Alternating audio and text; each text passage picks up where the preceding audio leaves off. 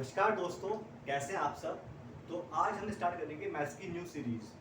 और इस सीरीज के द्वारा मैं कोशिश करूंगा पूरी कि जो भी आपकी प्रॉब्लम है मैथ की वो सॉल्व की जाए चैनल में। एक्चुअली क्या है, मैंने मैथ्स से भी चूज़ करा, ये क्वेश्चन बहुत बड़ा है। मैंने मैथ्स इसलिए चूज़ करा है कि जो है, जो बच्चे हैं या पेरेंट्स हैं उनके सामने हमेशा सवाल ये होता है कि आखिर मैथ्स का फोबिया कैसे दूर करें बच्चों का।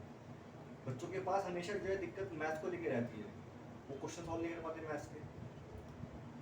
फॉर्मूले याद कर लेंगे, सब कुछ याद कर लेंगे, लेकिन एग्जाम में जो क्वेश्चन आएगा उसको टाइमली सॉल्व नहीं कर पाते। तो क्या दिक्कत है, फर्स्ट क्वेश्चन तो यही आता है कि why maths is so tough, maths इतनी टफ क्यों है। तो दोस्तों मैथ्स टफ नहीं है, आपका जो आपका जो तरीका पढ़ने का है मैथ्स का वो सही नहीं है। तो इस चैनल पे मैं वही कोशिश करूँगा कि जो आप पढ़ते हो, जो तरीका आपका पढ़ने का है वो ठीक किया जाए, और किस तरीके से आप मैथ्स की कॉम्प्लेक्स से कॉम्प्लेक्स प्रॉब्लम भी आराम से सॉल्व कर सके, ये भी इंश्योर मैं यहाँ पे करूँगा। बस करना क्या है, आपको मेरी वीडियोस जो आएँ वो रेगुलरली वॉच करनी है, उन्हें समझना है, और जो मैं कहूँ वो आपको घर पे करना भी पड़ेगा। अगर आप मेरी बात मानोगे तो डेफिनेटली आप मैथ्स में अच्छे हो जाओगे। दोस्तों ये मेरी फर्स्ट वीडियो है, कुछ वीडियोस में दिक्कत आ सकती है, डिस्टर्बेंस भी हो सकता है, क्योंकि अभी मेरे पास सेटअप इतना बढ़िया नहीं है, लेकिन धीरे धीरे मैं अपना सेटअप अच्छा इम्प्रूव कर लूँगा। लेकिन आप मेरे साथ रहिए, और जो मैं बता रहा हूँ आपको वो आप ठीक से उसकी पढ़ाई करिए और समझिए जो बता रहा हूँ मैं आपको, ठीक है। तो मैथ्स टफ इसलिए है कि हम ठीक से नहीं पढ़ते, जो चीज़ें लिखी होती हैं उसको ठीक से याद नहीं करते, समझते नहीं हैं।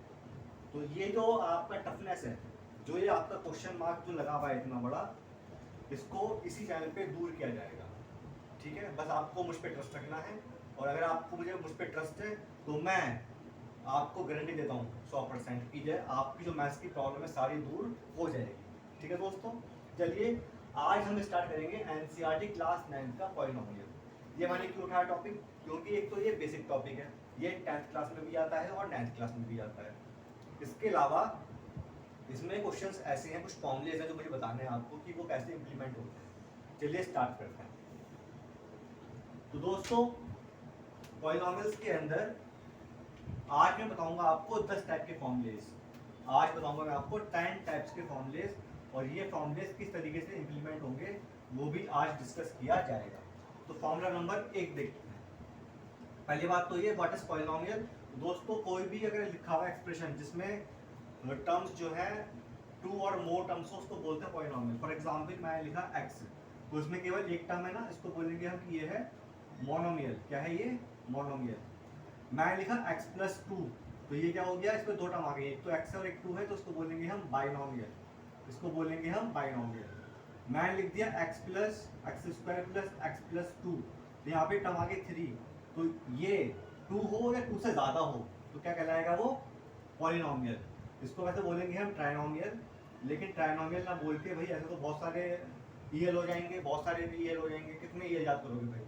1 2 3 4 कितने याद करोगे? आपको एक के बाद कुछ याद नहीं करना। अगर 2 या 2 से ज़्यादा हो तो उसको बोलते हैं हम क्या?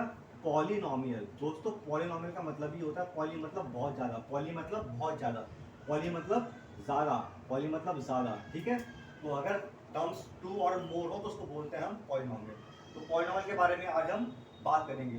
दोस्तों डिस्टर्बेंस आ सकती है, तो मैं आपसे ये भी करूँगा, रिक्वेस्ट कीजिए कि डिस्टर्बेंस को अवॉइड करके जो मैं पढ़ा रहा हूँ केवल उस पर करना है फोकस आपको। जो मैं समझा रहा हूँ केवल वो देखते रहिए। बोर्ड पे लिख रहा हूँ, बोर्ड पे समझिए क्या कह रहा हूँ मैं, ठीक है।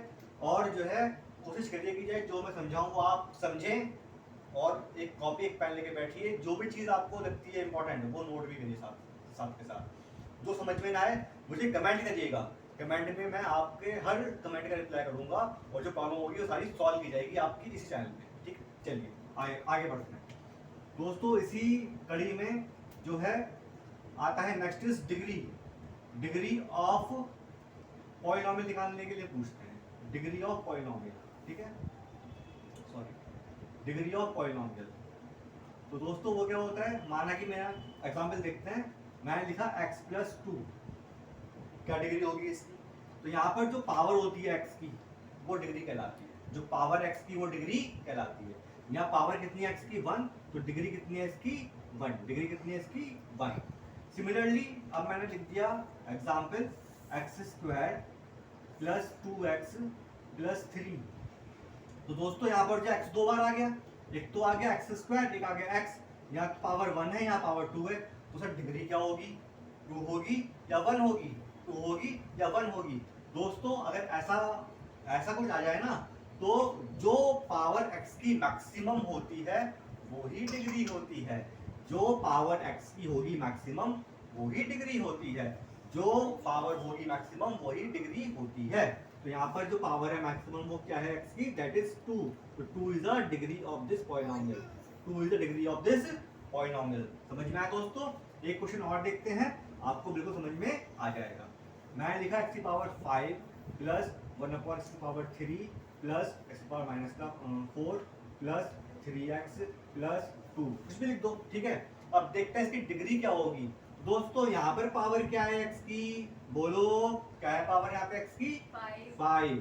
यहाँ पावर क्या है x की 3, माइनस का 3 ऊपर जाएगा ना दोस्तों, ये क्या है एक सर्ड, ठीक है। इसको ऊपर क्या क्या बोलेंगे इसको, इसकी पावर माइनस का 3। तो पावर क्या है x की माइनस का 3, यहाँ क्या पावर x की -4। Very good. यहाँ क्या पावर x की 1। तो दोस्तों इन सब में कौन मैक्सिमम है, कौन सबसे बड़ा है इसमें, 5। Very good. तो डिग्री क्या है इसकी 5। Very good. अरे आप तो बहुत समझदार बच्चे निकले, समझ गए। तो डिग्री हमारी यहाँ पर कितनी आती है 5। तो दोस्तों डिग्री क्या होती है वो समझ में आ गई आपको कि डिग्री कैसे निकालते हैं। ये क्वेश्चन पक्का आता है, ठीक है। ना भी आए, अगर आपने समझ लिया तो जो है आपके जो छोटे भाई बहन अगर पूछेंगे ना, आप बताओ तो आराम से डिग्री क्या होती है किसी पॉलिनोमियल की, ठीक है। एक बार और देख लो कि जो भी आपको दे रखा है एक्सप्रेशन, उसकी जो मैक्सिमम पावर होगी ना उसको डिग्री बोलते हैं, और कुछ याद ही नहीं करना डिग्री। जो भी पॉलिनोमियल है उसकी जो मैक्सिमम पावर होगी ना उसको डिग्री बोलते हैं। चलिए आगे बढ़ते हैं दोस्तों, आगे बढ़ते हैं। इसके बाद जो क्वेश्चन पूछता है आपसे, तो एक क्वेश्चन आता है factorize the polynomial. Factorize the polynomial. दोस्तों फैक्टराइज जब भी करेंगे पॉलिनोमियल को तो that should be minimum degree उसकी कम से कम 2 होनी चाहिए। फॉर एग्जांपल मैंने सपोज ले लिया x + 2 ले लिया मैंने। अच्छा पहले मुझे बताओ कि जाएगी ये मोनोमियल है या ये पॉलिनोमियल है? सर ये पॉलिनोमियल है। क्यों है? क्योंकि ये इसकी 2 टर्म है, Very एक good. है x, एक है 2। Very good. तो मैंने क्या बताया था इसमें कि भाई अगर जो है टर्म जो है मोर देन 1 आ जाए, टर्म जो है 2 या 2 से ज्यादा हो तो उसको बोलते हैं कि वो पॉलिनोमियल है। तो ये पॉलिनोमियल है, ठीक है।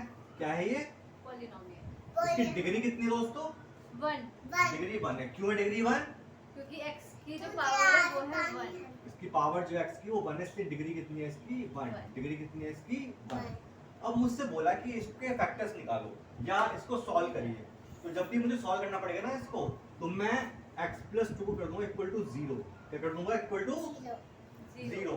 तो कितना आएगा x x = -2। कितनी वैल्यू आई -2 कितनी है ये एक वैल्यू आई। x की वैल्यू 1 आई ना दोस्तों। जितनी डिग्री होती है ना उतनी ही वैल्यू आती है, ध्यान रखना।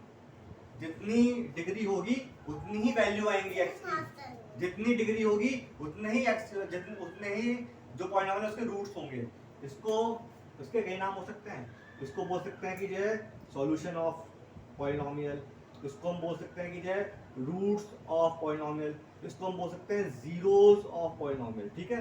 तीनों में कुछ भी लिख किया है तो क्या मतलब है कि हमने जो इक्वेशन उसको सॉल्व कर दिया।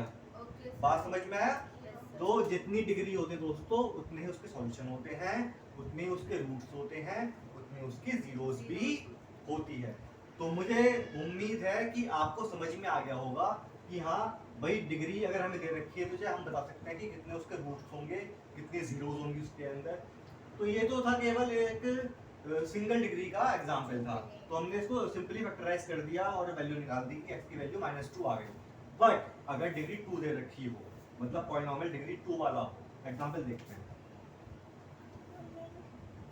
माना आपको दे दिया for example x² plus 5x plus 6 और इसको करना है, इसके मुझे फैक्टर करना है। x² प्लस 5x प्लस 6 इसके मुझे फैक्टर्स करने हैं। क्या करना है मुझे? इसके फैक्टर्स निकालना है।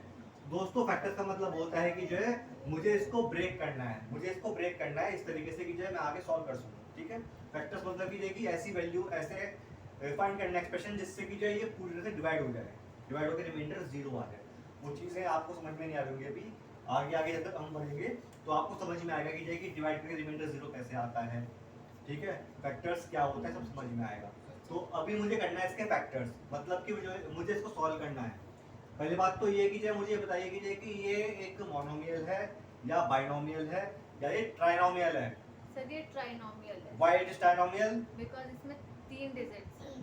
3 टर्म्स हैं, टर्म्स है ना? हैं। हाँ, 1 2 और 3। ठीक है, अब इसकी डिग्री कितनी है दोस्तों? इसकी डिग्री है सर 2।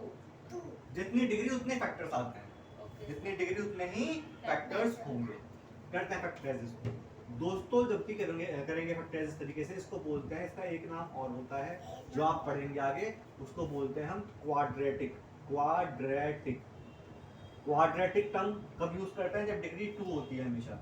जिस भी एक्सप्रेशन की डिग्री 2 होगी या फिर जो ax² plus bx plus c इस फॉर्म में होगा ना, उसको बोलेंगे कि it is a quadratic equation. जो भी एक्सप्रेशन जो है ax² प्लस